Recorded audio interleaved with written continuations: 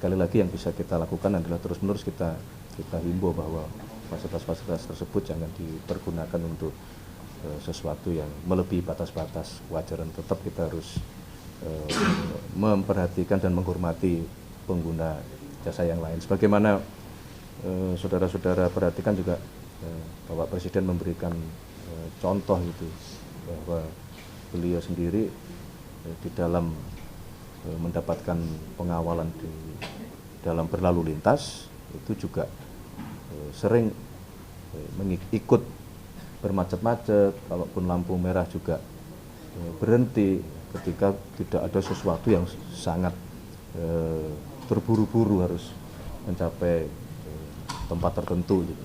Semangatnya itu. Soal kantor gitu Mas, yang menolak misalnya yang digunakan fatwa untuk kiriman pejabat, nah kalau dari pemerintah sendiri tanggapannya bagaimana? Ya, yang pertama tentu kami Kementerian Sekretariat Negara dulu juga sudah pernah membuat surat edaran kepada seluruh jajaran pejabat negara yang menggunakan fasilitas-fasilitas pengawalan, bahwa memang ada undang-undang yang mengatur itu, tetapi lebih daripada itu, yang kalaupun kemudian fasilitas itu dipergunakan, tentunya kita harus memperhatikan kepatutan, kemudian memperhatikan ketertiban masyarakat pengguna jalan yang lain, sehingga bukan berarti menggunakan fasilitas tersebut terus boleh semena-mena atau boleh semau-maunya.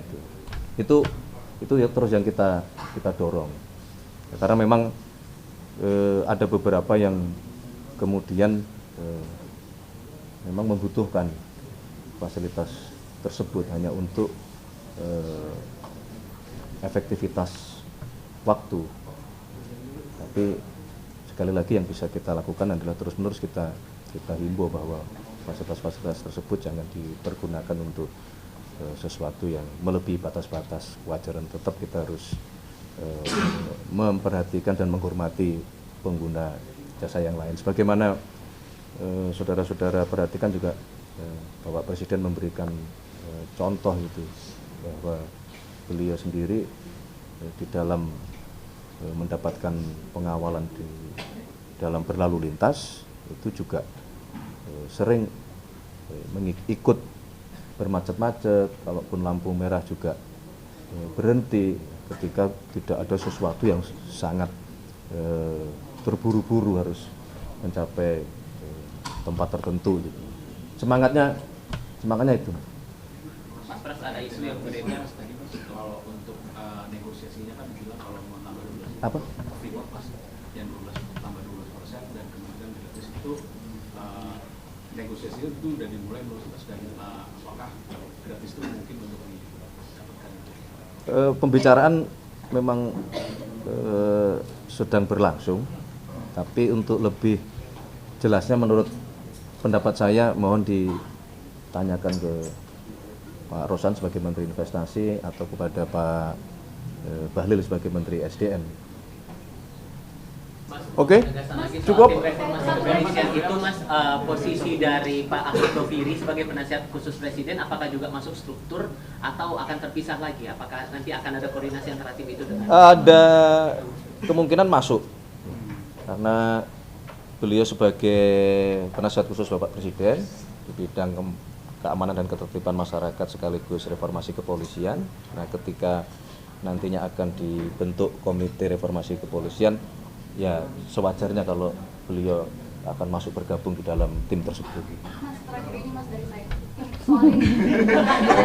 Lagi dari yang lain. Dari dia. Ini kan lagi disorot juga nih Mas terkait penangkapan salah satu perusuh di Jawa Timur yang salah satu bukti penyisaan itu buku-buku yang paham kiri, dan terkait paham kiri, dan salah satunya ada buku dari Prof. Franz Magnus. Itu juga ada yang disita oleh polisi. Nah ini kan. Iya. Oh iya. Saya tak turun aja lagi. Iya. Iya. Ada berapa orang?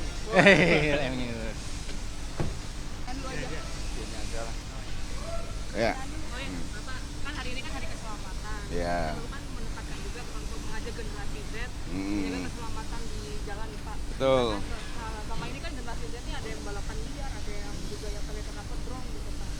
Ya, alhamdulillah kita sudah bisa merayakan Hari Keselamatan Nasional. Hari Keselamatan Lalu Lintas Nasional yang sudah kita rumuskan bertahun-tahun, sehingga semua generasi akan kita libatkan dalam rangka mengurangi peristiwa kecelakaan. Di samping Hari Lalu Lintas Keselamatan, ini juga ada Hari Lalu Lintas Bayangkara yang ke-70 dari Safety Week. Jadi 1 minggu kita mengajak semua stakeholder 5 pilar dengan masyarakat untuk mengantisipasi dan mengurangi sebuah peristiwa kecelakaan. Dan alhamdulillah hasil analisa dan evaluasi karena ada program Polantas Menyapa dan bahkan kami sebagai Kakor Lantas tidak bangga untuk melakukan penegakan hukum. Ternyata generasi Z, anak muda, pesantren, sekolah-sekolah ini senang untuk berkomunikasi dengan Polantas. Sehingga tidak harus ditilang, beliau ini sadar pentingnya keselamatan. Inilah program Polantas Menyapa, kami masuk ke pesantren, kami masuk ke sekolah-sekolah, dan bahkan ke tukang-tukang ojol semuanya. Kita kolaborasi, kita jelaskan ketika terjadi peristiwa kecelakaan meninggal dunia sekian, dan ini ada penurunan dari semester 1 2024 ke 2025 itu hampir 1.800 peristiwa kecelakaan selama 6 bulan. Jadi ada penurunan. Terus fatalitas korban meninggal juga ada penurunan cukup signifikan, ada 19,8%. Jadi turun angkanya 2.512. Jadi alhamdulillah, semoga dengan Hari Keselamatan Nasional, Hari Keselamatan Lalu Lintas dan Angkutan Jalan ini teman-teman kita selamat di jalan, ya. Itu yang paling terpenting, dan saya mohon doa restu dengan Hari Keselamatan Lalu Lintas ini, glorifikasi tentang keselamatan. Jalan adalah ramah keselamatan, kendaraan itu adalah berkeselamatan, jalannya berkeselamatan, dan tentunya ke depan kita menuju ke Indonesia, Mas. Oke, cukup ya. Soal itu dong Pak, ada viral contoh Facebook Pak, itu soal masyarakat yang menolak penggunaan sirene rotator gitu Pak, strobo Pak, itu tanggapannya gimana Pak? Semua masukan masyarakat itu hal positif untuk kita, dan ini saya evaluasi. Dan bahkan saya Kakor Lantas saya bekukan untuk pengawalan menggunakan suara-suara itu. Karena ini juga masyarakat terganggu, apalagi padat, ini kita evaluasi biarpun ada ketentuannya. Pada saat kapan menggunakan sirine, termasuk tatot, dan ini saya terima kasih kepada masyarakat. Untuk Kakor Lantas sementara kita bekukan. Semoga tidak usah harus pakai tatot lagi lah. Setuju ya? Siap, berarti Oke. udah dimonitor ya Pak? Sudah. Kita selalu